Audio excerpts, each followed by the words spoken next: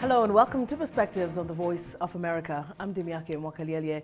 The United Nations Educational, Scientific and Cultural Organization says that nearly 1 in 7 people in the world cannot read or write, and most have had little or no schooling.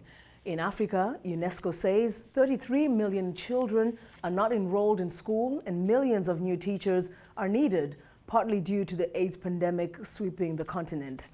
Any progress in education varies widely in Africa, even within countries. In Kenya, for example, the government has stressed adult literacy and education for more than 40 years, but there is still widespread illiteracy in some areas. Kenya's public education system includes 8 years of primary school instruction, 4 years of secondary, and 4 years of university-level education. In 2006, Kenya's adult literacy rate was 64% for males, 59% for females. Kenya's capital, Nairobi, has the country's highest adult literacy rate at 87%. Northeast Kenya has the lowest at 8%. 88-year-old Kimani Nganga Maruge is the oldest man in Kenya to attend primary school. At the time of his enrollment 4 years ago, the Guinness Book of World Records listed him as being the oldest person in the world to start primary school. VOA followed him 4 years ago when he first enrolled in elementary school. Reporter Kathy Maitani checked back with him recently and has this report. At Marura Primary School in Nairobi, teacher Julia Wanyoki explains to her 6th grade class the finer points of math.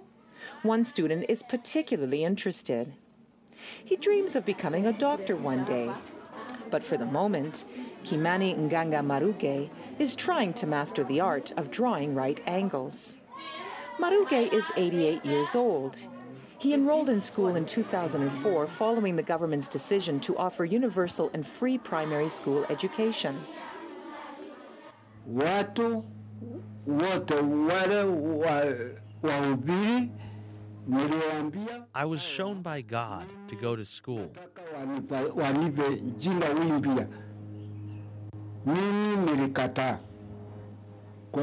And he encouraged me to study.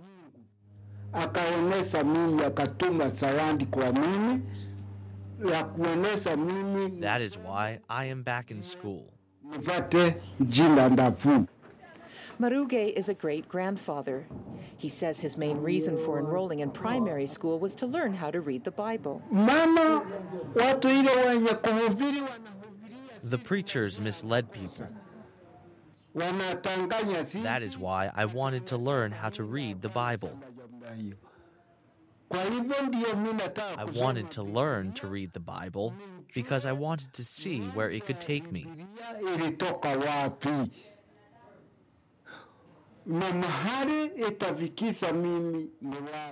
Because I will live to be 300 years old.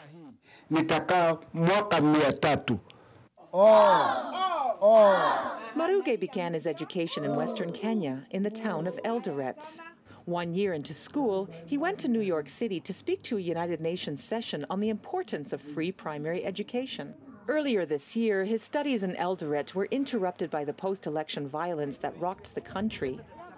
Officials at Cheshire Services Kenya, an association that helps the elderly disabled, then offered Maruge a place in their home in the Nairobi slum of Kariobangi. They said they would help him finish his studies at a nearby primary school.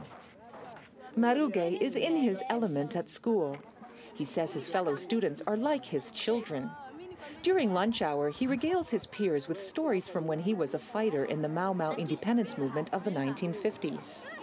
Math teacher Julia Wanyoki says Maruge is a good student, but he needs extra help in reading. She says he more than makes up for that in other ways.